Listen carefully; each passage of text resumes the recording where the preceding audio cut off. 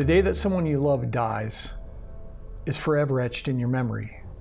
It's a day that's filled in future years with sober reflection. There are good memories, yes, but what you remember is that last conversation, that last time you saw them, if you were there, their last breath. Good Friday is that kind of day, a day of sober reflection. Good Friday really begins, from a Jewish perspective, at sundown the night before. Jesus washing the feet of his disciples, and then sitting down to have the Passover dinner with them, celebrating the Seder. And yet in the middle of that dinner, so many interesting things happened. Jesus says, one of you is going to betray me. And Peter gets in Jesus' face and says, I'll never do that. And Jesus says, before the rooster crows 3 times you will. And Judas awkwardly gets up and leaves without saying much of anything. From there, Jesus begins to pour into his disciples one last time, sharing with them things that he's never shared before, knowing that this is the last time he's going to have a chance to teach like this. And then together they walk to the Garden of Gethsemane. And there Jesus prays like he's never prayed before. God, is there any way that you can take this from me? But no matter what, it's your will that matters, not mine. Not long after that, the crowd comes, a mob. And in the midst of all the craziness that happens in those moments, Peter takes out his sword, his dagger, and cuts off the ear of one of the people in the crowd. And Jesus takes that ear and reattaches it to the man's head, cleans up the bloody mess, and says, no, that's not the way this is going to be. And then submits to the mob. And they take him on that long walk up the steps to the house of Caiaphas. Historians tell us where that house is in Jerusalem.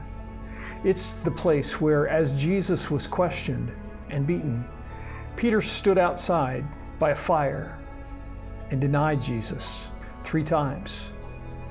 That place is known as Gallicantu. It's the Latin word that means cock's crow. It reminds us that that's where Peter denied Jesus, as Jesus had prophesied. In the lowest level of that site, archaeologists have excavated caves, caverns, chambers, where Jesus was probably held as the Jewish leaders determined whether Jesus was going to live or die. Those chambers are dark and isolated, places underground with no light. Jesus would have been held there for several hours.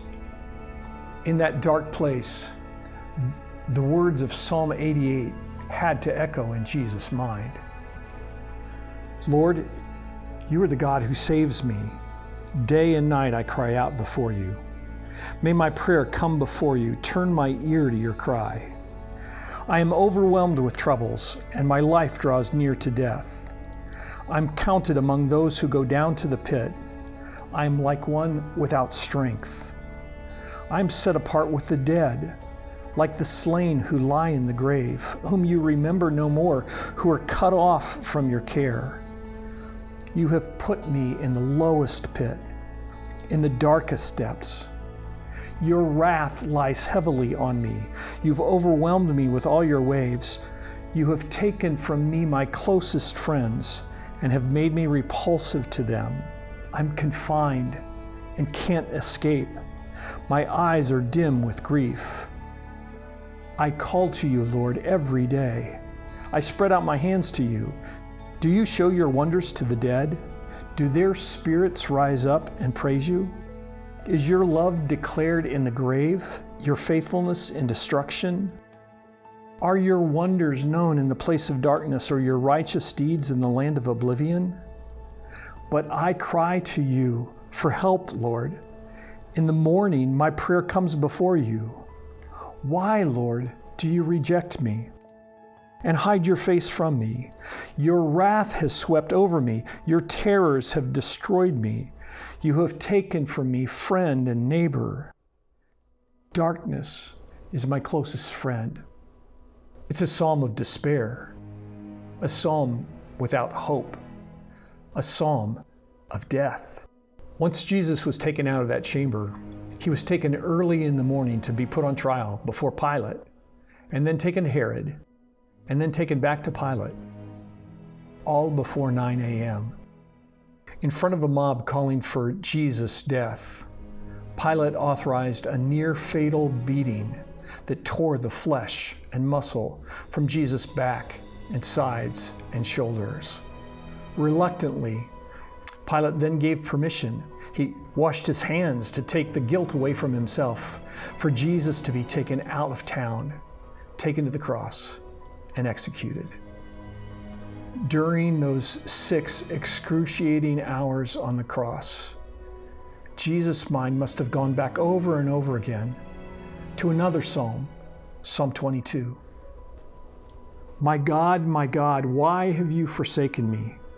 Why are you so far from me, so far from my cries of anguish?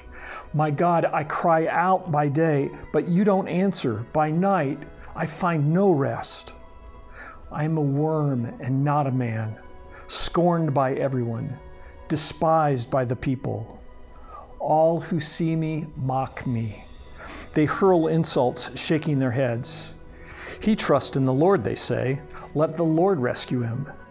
Let him deliver him, since he delights in him. I am poured out like water, and all my bones are out of joint. My heart has turned to wax. It has melted within me. My mouth is dried up, and my tongue sticks to the roof of my mouth. You lay me in the dust of death. Dogs surround me. A pack of villains encircle me. They pierce my hands and my feet. All my bones are on display. People stare and gloat over me. They divide my clothes among them and cast lots for my garments. And somewhere in the midst of each struggle for breath, the end of Psalm 22 must have come to Jesus' mind as well. Those who seek the Lord will praise him. All the ends of the earth will remember and turn to the Lord, and all the families of the nations will bow before him. Posterity will serve him. Future generations will be told about the Lord. They will proclaim his righteousness, declaring to a people yet unborn, he has done it. Good Friday holds devastating memories, but Sunday's coming.